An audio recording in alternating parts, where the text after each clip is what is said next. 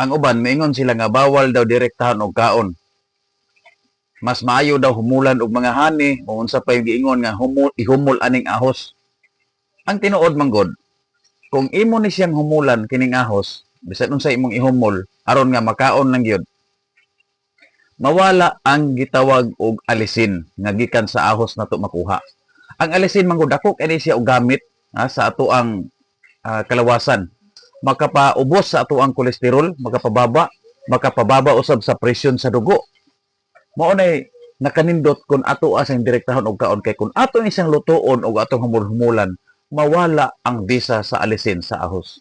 Mao na nga kita ato gyud mismong kilawon. Sama anyo?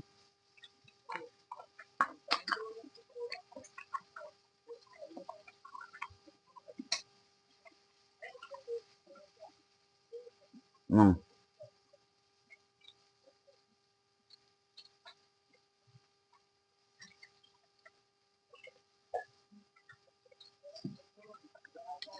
Tulakan lang natong tubig para nga sure gyud nga ato matulon.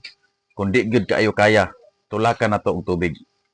Pinakanindot gyud nga kilaw nato ang ahos. Labi na gyud nga musugot ang sa dili.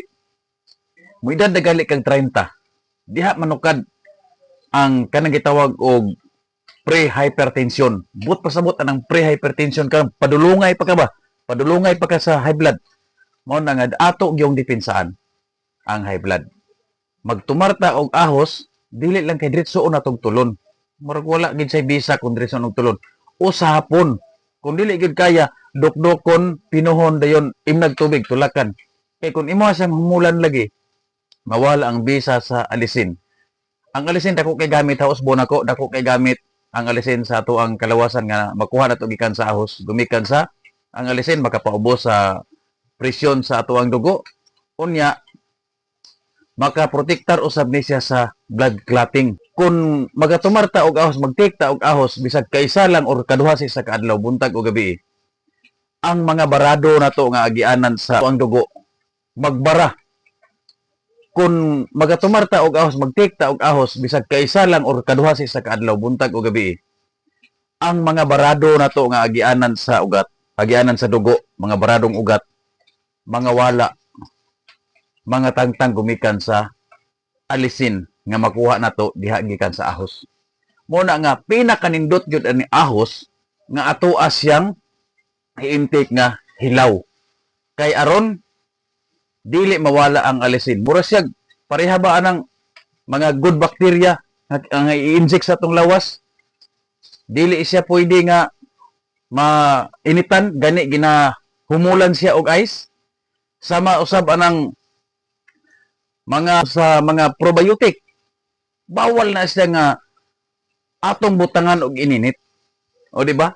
Ingon ana usab ang ahos. Mawala ang bisa sa alisin kung ato siyang lutuon. Mao na nga atong paningkamutan nga atong matulon maka-take ta og ahos kaisa or kaduha sulod sa isa ka adlaw. Kay aron nga malikay ta sa makalilisang mga nga balatian. Wala may tao nga maabot og 1,000 ka tuig. Pero mas nindot gito nga medyo batas-taasan pa malugoy-lugoyan pa ang atong kinabuhi dinhi sa kalibutan. Kumikad kay perti binindot apoy ang kalibutan. Ang atong bahato no, ang kahimsog sa ato ang panglawas, ang ato ang dipensaan kanunay aron nga dili makasulod ang mga balatian. Daghang kayong salamat. Paki-share sa mga naglantaw na ini nga maong video aron nga maka imbento pud sila ba nga ingon ana di ay